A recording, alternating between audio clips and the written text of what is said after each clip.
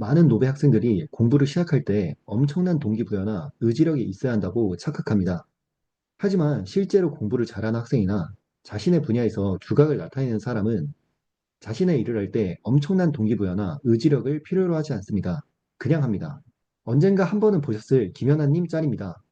무슨 생각을 하면서 스트레칭을 하는 게 아니라 그냥 스트레칭을 한다. 당연한 말 같지만 공부에 있어서는 학생들이 그렇게 받아들이지 않는 것 같습니다. 공부를 시작할 때 엄청난 동기부여나 의지력이 없어서 공부를 못한다고 말합니다. 이런 학생들을 위해 동기부여, 의지력 없이 하루 12시간 이상 공부하게 되는 방법에 대해 알려드리겠습니다. 첫 번째로는 가장 작은 것부터 시작하라입니다. 제 사례를 예로 들면 저는 생삼수를 했습니다. 재수 수능을 잘 못 보고 다시 공부를 시작하려 했을 때 심한 무기력함과 우울함을 느꼈습니다. 머리도 한 손으로 대충 휘적휘적 감았고 먹고 자기만 해서 한 달 만에 8kg이나 쪘습니다. 이렇게 무기력하고 우울한 사람에게 지금 그러고 있을 때냐, 공부 안 하냐, 라는 말을 해봐야 들리지도 않고 더 안 하게 됩니다. 그래서 제가 삼수를 시작할 때 가장 먼저 한 것은 머리를 두 손으로 열심히 감기였습니다.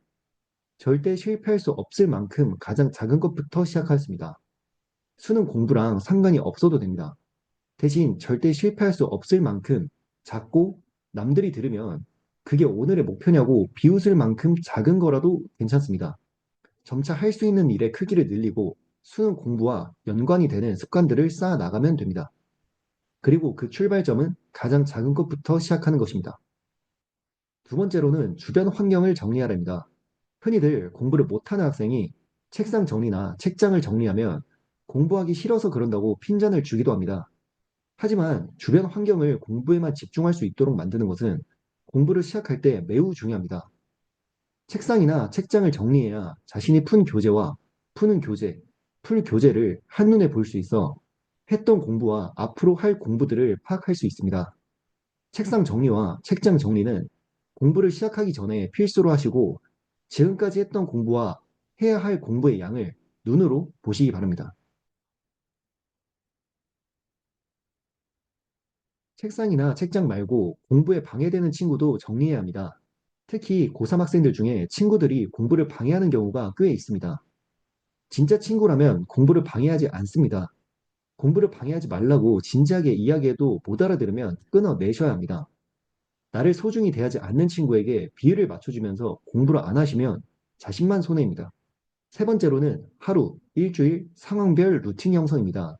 먼저 하루 루틴으로는 기상부터 취침까지 시간 혹은 상황별 단위로 루틴을 형성하는 것입니다. 언제 어떤 공부를 얼마나 할지 대략적으로 정해놓고 매일 같은 시간, 상황에 반복한다면 어느 순간부터 힘들다거나 잡생각이 들지 않고 아무 감정 없이 기계처럼 공부하게 됩니다. 하루 루틴이 만들어지게 되면 그 뒤부터는 감정에 큰 등락 없이 공부하게 됩니다. 다음으로는 일주일 루틴입니다. 요일별 과목의 비중과 공부 시간을 조절하면 됩니다. 예를 들어 저 같은 경우에는 국영수는 매일 같은 시간 진행하되 해야 할 과목들은 일주일 단위로 나누어 진행했습니다. 국어를 예로 들면 문학, 비문학은 매일 하고 화작문은 주 2, 3회 공부했습니다. 탐구는 화원 생투로 했는데 화원은 월수금, 생투는 화목토 위주로 공부했고 일요일은 모든 과목을 총 복습하는 날로 잡았습니다. 이렇게 일주일 동안 과목 분배를 어떻게 할지, 공부 시간 비중을 얼마나 가져가야 될지 일주일 루틴을 형성해야 합니다. 마지막으로는 상황별 루틴입니다. 공부를 시작하기 전에 핸드폰은 가방이나 사물함에 둔다거나 자기 전 내일 아침 간단히 공부할 걸 책상에 올려놓는다거나 자기 전 핸드폰을 침대에 가져가지 않는 것, 또 직장을 병행하시는 경우에 잠깐 시간이 날 때 영어 단어를 외운다거나 당직 근무를 하는 날, 그 다음 날에 언제부터 어떤 과목을 얼마나 공부할지 미리 정해놓는 겁니다. 상황에 닥쳐서 행동하는 게 아니라 미리 상황별로 어떤 식으로 공부하겠다는 계획을 잡으시면 시간이나 의지력을 불필요하게 낭비하지 않을 수 있습니다. 요약하자면 가장 작은 것부터 시작하시고 책상, 책장, 그리고 공부에 도움이 안 되는 사람들을 정리하시고 하루, 일주일, 상황별 루틴을 형성하여 시간이나 의지력을 낭비하지 않고 꾸준히 공부하시면 되겠습니다.